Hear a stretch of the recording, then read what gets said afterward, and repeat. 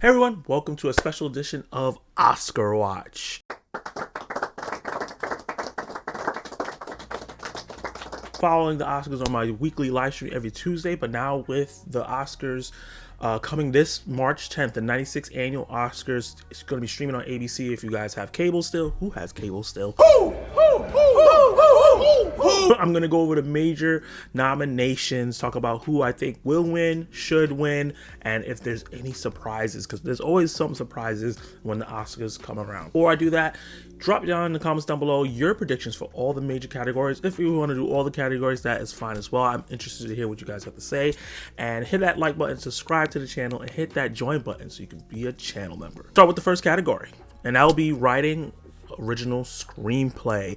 This one, the nominations are Anatomy of Fall, The Holdovers, Maestro, May December, and Past Lives. When I look up who was winning the awards, like the SAG, the BAFTA, and all these different smaller awards, it's been like it's been a two-man race between Anatomy of Fall and Past Lives. I feel like it's going to be leaning way more towards Past Lives. I feel like that film has been way more favorable in the mainstream and amongst the film community. Cillian Song did a very impressive debut, and I think they're going to reward her by giving her the best original screenplay. I personally didn't really care for Past Lives as much as everyone else. I liked it, but I didn't think it was great.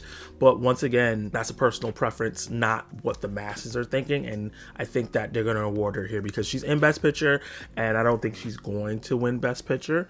I think there's a very low chance of that happening. So I would say Past Lives will win.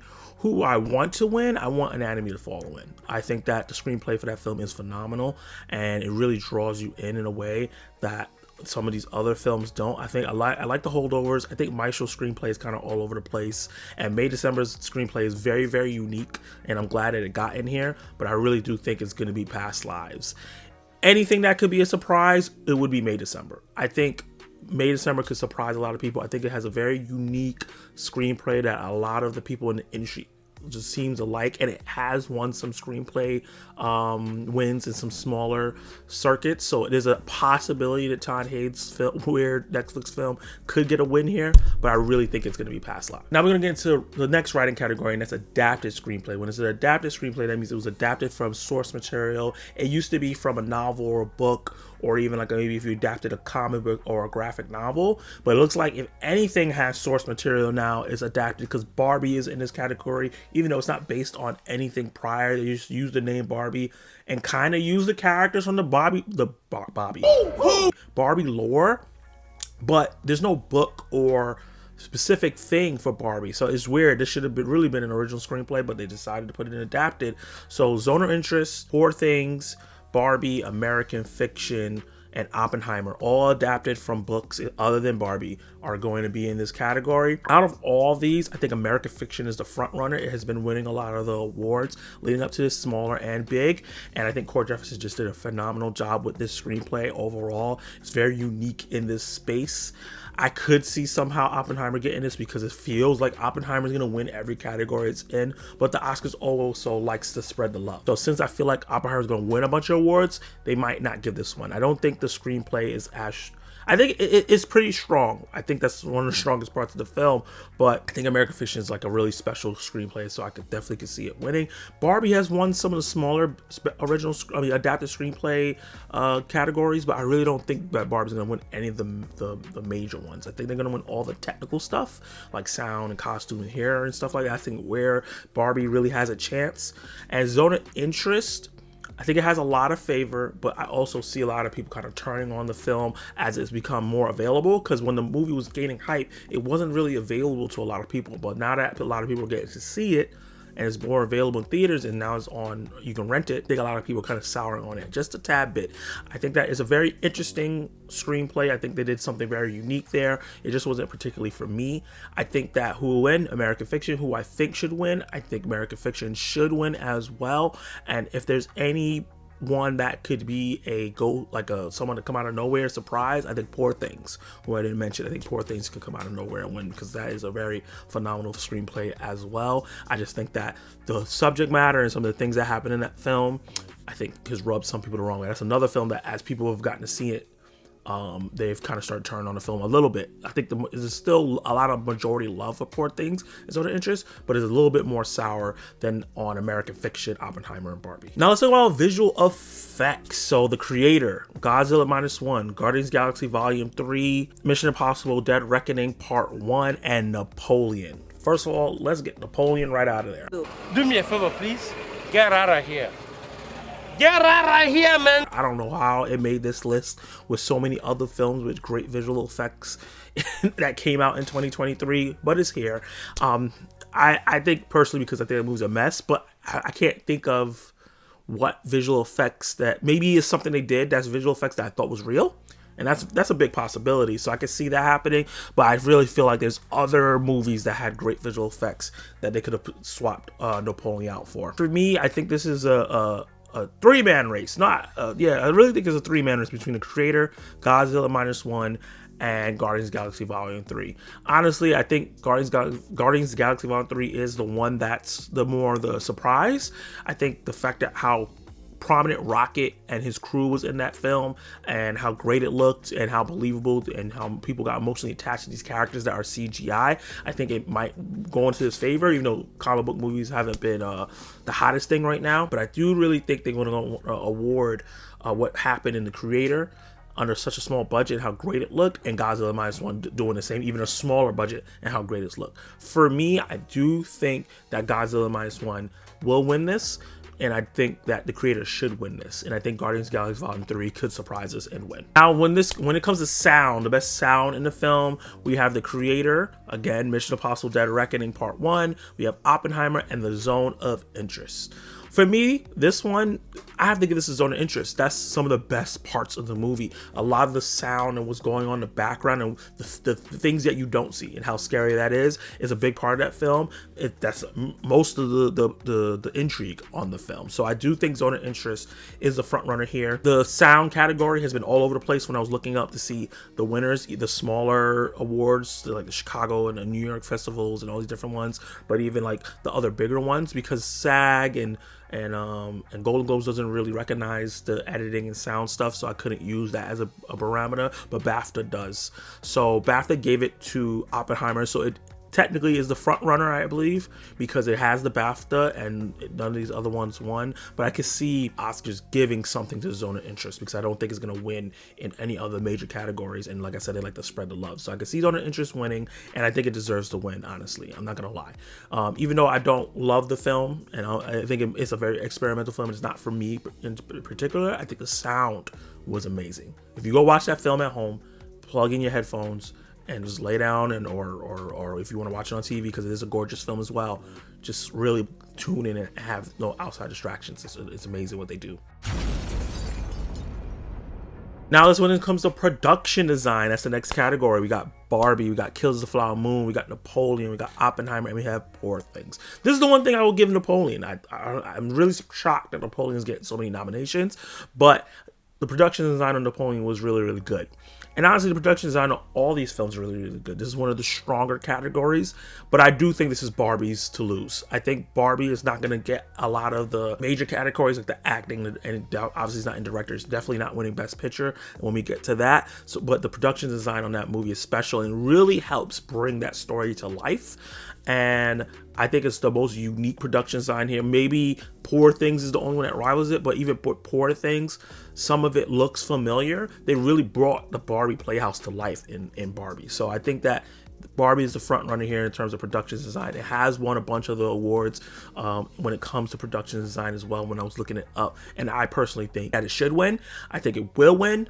The surprise here could possibly be Poor Things, because that has some unique things that going for it, but honestly I think it's Barbie. And he does like to say, cut the check. Cut the check. Music, which this one is original song. So this is The Fire Inside from Flamin' Hot, I'm Just Kim from Barbie, I Never Went Away from American Symphony, which I believe is a documentary. Was Away from Kills the Flower Moon, and What I Was Made For from Barbie.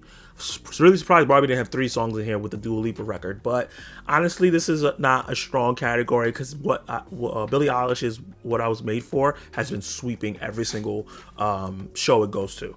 And, you know, it looks like the Oscars and the awards love Billie Eilish because she won for the James Bond song she did, and now she's winning for this, and I think she really is just on a momentum, and I would be really shocked if she doesn't win for this. I think that she should win. I think she will win. And if anything could surprise, it might be her Barbie compadre, I'm Just Ken, because they're going to have Ryan Gosling perform in it. I could see them awarding him as well, because he's probably not going to win Best Supporting Actor, but we'll talk about that a little later. Other than that, I think that it's all on Billie Eilish. I really don't think anything else has a chance. I could be wrong, but I really think that she's going to win this one. Next category is still in music, and this is original score. This is American Fiction, Indiana Jones and the Dial of Destiny, Kills the Flower Moon, Oppenheimer, and Poor Things. This is a strong category. I'll say that. We have some really great people who score films in here. Obviously, John Williams being one of them, Ludwig Göransson being one of them, but Jerskin Fendrick, somebody I'd never heard of, did a really good job with Poor Things. American Fiction, I don't really remember the score that much, so I can't really put that on there in terms of having a chance. And I do think the Indiana Jones Dial of Destiny, even though people really don't like that film for the most part, I did enjoy it. It does have a really great score. It's the indie score, man. You know, it's hard to beat that. Kills the Flower Moon does have a memorable score, but Oppenheimer and Poor Things has the most memorable. Like, I still hear the sounds from that film till this day. To this day.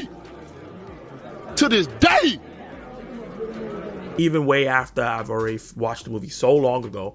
And the same with Poor Things. Sometimes the do thing plays in my head, and I'm like, wait, what is that? What is that? Oh yeah, Poor Things. So I think that the front runners are Oppenheimer and Poor Things. I think that when I looked it up, those two have been trading often at all the award shows. But like I said, I think Oppenheimer is probably going to get this one because I think Poor Things has a good chance at winning something else. So I could see them giving Oppenheimer this one, and I honestly think it deserves it.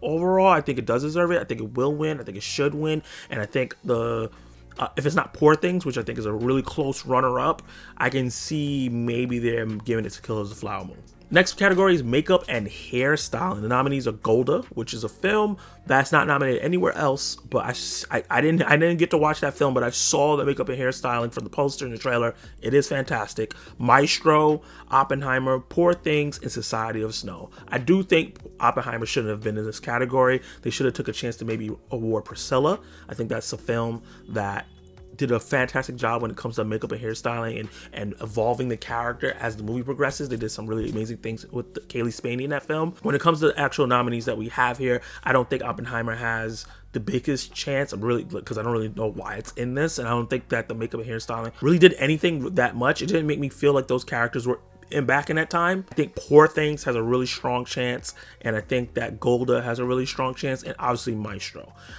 I think Bradley Cooper has been vying for Oscars for a long time. This is not the one that he wants, obviously, because it's not going to be going towards him.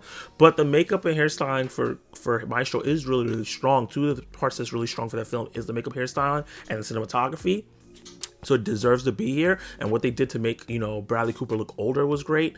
The stuff with Poor Things with Willem Dafoe, and just the way to transform Emma Stone and a lot of other characters in the film. Society Snow, what they had to do to make these people look depraved and hurt and stuff like that was great too. So this is a little closer, but I also can see Golda because it's the only thing Golda's in getting this. So Golda is the surprise. I can see Golda being the surprise and winning this because it's the only category that Golda's in. For me, the front runner is Maestro. I think they're going to give that film something. I don't think it's going to win anything else really. So I could see them giving it to Maestro for makeup and hairstyling. Like I said, they like to spread the love. And so runner up to that would be Poor Things. Somehow, I guess Oppenheimer could be another surprise, but I really don't think that movie's going to win for that category. Best international feature film. Even though I haven't seen all these films, I think it's really, really clear what movie's going to win. I think it's Zone of Interest. Zone of Interest is in the Best Picture category. I can't see it losing into Best International Feature if it's one of the best 10 films of the year according to the Academy. So this is not going to be as interesting. If Zone of Interest wasn't in this category, or if Anatomy of Fall was the French one that got picked, then this would be more interesting, because it'd be between Anatomy of Fall and Zone of Interest, and we don't know which one it would be. But since the French was hating on Triette and didn't nominate her film here, and nominated a film that didn't even get into this category, it's Zone of Interest. I can't see them. This is not one of the ones where they're gonna spread the love. I think Zone of Interest is gonna win, especially since I don't think it's gonna have a big opportunity to win a lot of things. Like, I think it should win sound, but it might not. So I think they're gonna give it to Zone of Interest for Best International Feature Film. And he does like to say, cut the check. Cut the check. When we talk about film editing, Anatomy of Fall, The Holdovers, Kills the Flower Moon, Oppenheimer, and Poor Things. The editing for these films, I think Poor Things has really great editing. I think that Anatomy of Fall has a really special moment in the courthouse that has some great editing. And I really think that Oppenheimer has been winning a bunch of these awards. Poor Things has been winning a bunch of these awards. Anatomy of Fall hasn't really, Holdovers I haven't really even seen in this. It was a surprise to see it in here in the Oscar category for this film. And Kills the Flower Moon also hasn't been winning a lot of the technical awards, which is surprising because I think it's very technically sound. I think the front runner here is Oppenheimer. It's been winning a lot of it. It has a lot of momentum. The editing is done really well. Thus, that scene of the explosion is phenomenal. So I do think that Oppenheimer wins this, and Poor Things could be the surprise. We get into the big ones. Best Director. I think that this is a really solid list of directors, but I do think this is a one-man thing, and I think it's Christopher Nolan is going to win this. Obviously, it's Justin Triet for Anatomy of Fall, Martin Scorsese for Kills the Flower Moon, Poor Things is Yorgos Lanthimos, and Zone of Interest is Jonathan Glazer. I think Christopher Nolan's going to win this. I think this is going to be, for the fact that he's never won a Best Directing Oscar before after his storied career, and the fact that this movie did so well financially in the box office, so the fans from the mainstream to the movie critics to just regular film fans has adored this film, and then it went crazy when it comes to physical media. There's so much momentum going behind this. Chris Nolan did a hell of a job directing the film, so I definitely think that this film will be one. I really don't see anybody else winning, honestly. I'm not gonna lie. The only people is Yorgos for Poor Things and Martin Scorsese for Killers.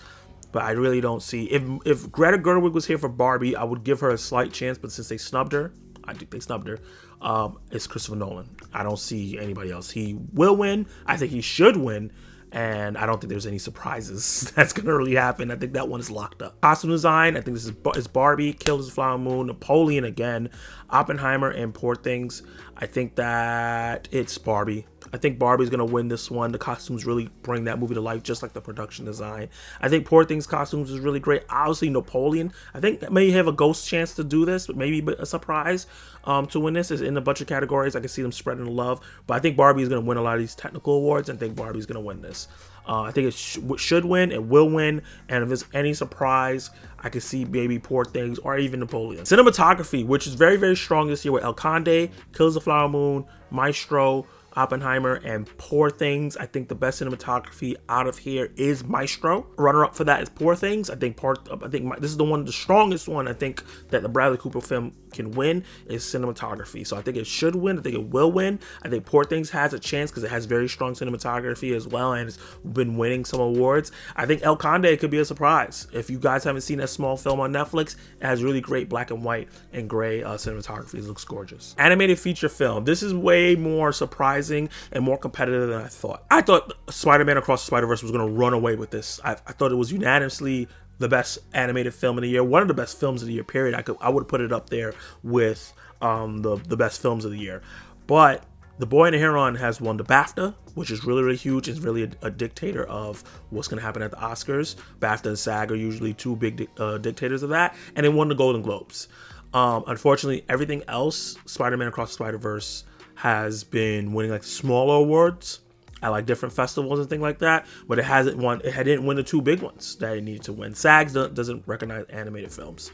So, and I think when they did the independent awards, Robot Dreams won. So I really think that I think that The Boy and the Heron is going to win. Unfortunately, I personally think that movie is not that great, but it looks like everyone loves this film, and I'm in the minority. Has the backing with the BAFTA and the Golden Globe win. So all the momentum's behind it. It's Hayao Miyazaki. People thought it was going to be his last film. It is gorgeously animated. So Boy and the Heron, I think, will win. I think Spider-Man Across the Spider-Verse should win.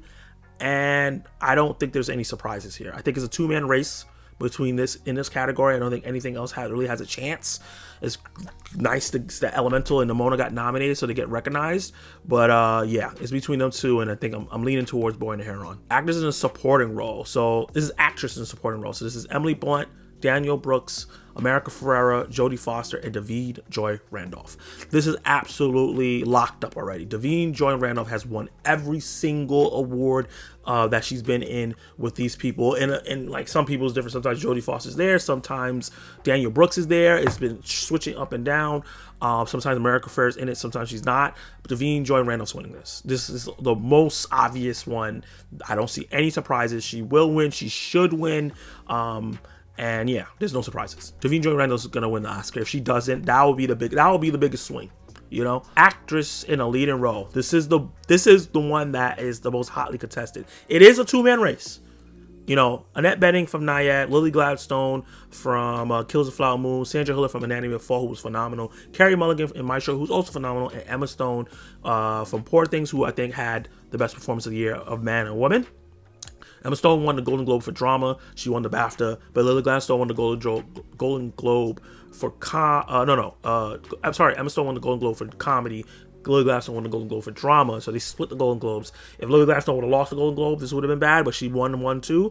And then Emma won the BAFTA, but Lily Gladstone won the SAG. So I think between the historical relevance that Lily Gladstone will be one of the first Native American women to win a Best Actress, the fact that she's even nominated is history. I think the history aspect of it, the fact that people love Killers of the Flower Moon in terms of like the critics, I can see, especially SAG, other actors think that she should win, and they're a big part of the Academy. I think Lily Gladstone is in the lead here. I think she will win. I think that Emma Stone should win. I think that's my pick. I think that she should win this hands down. I like Lily Gladstone's performance, but I didn't think it was up to the par to match with maybe even like Sandra Hüller or Carey Mulligan. But I think she will win. I think the historical context of her winning this is too strong to turn down. And Emma Stone also has a Best Actress Golden Globe already. I mean, Oscar already. So this is Lily Gladstone. But it's close. It's not a for sure, but it's close. Actors in a supporting role. Sterling K. Brown, American Fiction. Robert De Niro, Kills Flower Moon. Robert Downey Jr. is going to be an Oppenheimer. Ryan Gosling is Barbie. And Mark Ruffalo in Poor Things. Just like the Best Supporting Actress, this is also locked up. Robert Downey Jr. is winning this. He's won the BAFTA, he's won the SAG, he won the Golden Globe, he's won a bunch of other smaller ones. Robert Downey Jr. is one of the greatest of all time to do it. This is like kind of a career, like you deserve this. But also he had a great performance in Oppenheimer. I don't think it was the best supporting role this year, but people love it, and Oppenheimer is the hot thing. He's definitely going to win this one. I don't even see anybody surprising him. I don't. I don't. Ryan Gosling, maybe. But obviously, other than that, Robert Downey Jr. is walking away with that gold on Sunday. Cut the check. Actor in the leading role. This is a two-man race. This is, it's Bradley Cooper from Maestro, Colman, Domingo, Rustin, Paul Giamatti from The Holdovers, Cillian Murphy from Oppenheimer, and Jeffrey Wright from American Fiction. Paul Giamatti won the Golden Globe. And Cillian Murphy had won the SAG BAFTA. He won the Golden Globe for drama. Cillian's been winning everywhere. He's been the front runner. Paul Giamatti, it felt like at first when he won that Golden Globe, he had a chance, but I think it's really Cillian Murphy. There's a small chance Paul Giamatti can get this, but I really think it's just going to be Cillian Murphy. This is one of those things that's locked up as well. I don't really see any surprises happening, and they're gonna give it Cillian Murphy. And personally, I think he should win, and I think he will win. Now to the big one, Best Picture. 10 movies in here: American Fiction, Anatomy of Fall, The Holdovers, Kills the Flower Moon, Maestro, Oppenheimer, Past Lives, Poor Things, and The Zone of Interest. Oppenheimer is winning this one. It's been winning Best Picture at a lot of places: SAG, BAFTA, Golden Globe. It has 213 wins across the board this award season. It's winning. It's winning this. It's the second biggest movie of the year in terms of like impact. Christopher Nolan's gonna win. This is a strong category. Oppenheimer just has way too much momentum. So it's definitely going to be Oppenheimer. If there's a surprise, the only surprise I can see is Killers of the Flower Moon. Because Poor Things is so weird. I don't think they're going to make that win. But I think it's Oppenheimer. So that is all the major categories for this Oscars that's coming up, the 2024 Oscars. Drop all your comments down below and let me know what you think about my predictions, who you think is going to surprise, because the Oscars always have one or two surprises that you don't see coming. Tell me all those down below and let me know your full thoughts and how excited you are for the 2024 Oscars and who you're rooting for. Like the video if you liked my breakdown. Tap that subscribe button so you can join the Zach Attack Nation, and hit that notification bell so you can be notified of my reviews, reactions, live discussions, and much more. You can watch more content right now.